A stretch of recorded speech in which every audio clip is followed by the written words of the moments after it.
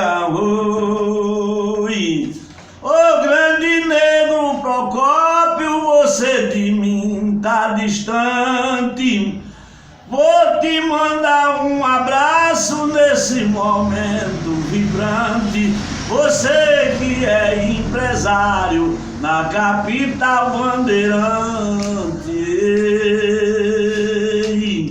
Pois é aí em São Paulo, essa terra congelada.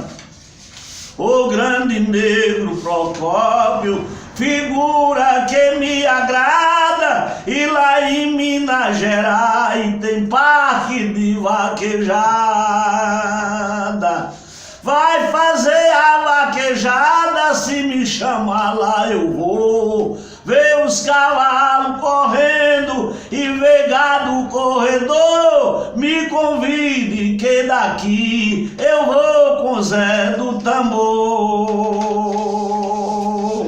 Mando um abraço ao senhor com a maior atenção.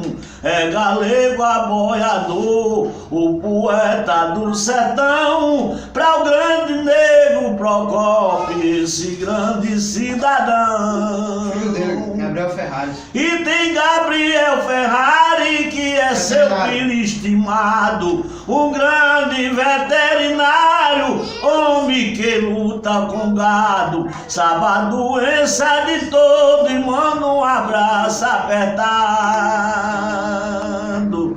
Pra o Gabriel Ferrari, seu pai de estimação, nego que é nosso amigo, vai a minha saudação.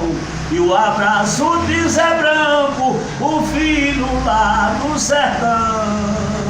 E atenção, nego, pra você vai o meu abraço de compadre Zé Branco. Prepara aí, qualquer momento nós pode chegar em São Paulo e a sua vaquejada lá em Minas Gerais. Um abraço de Galego Aboiador e Zé Branco.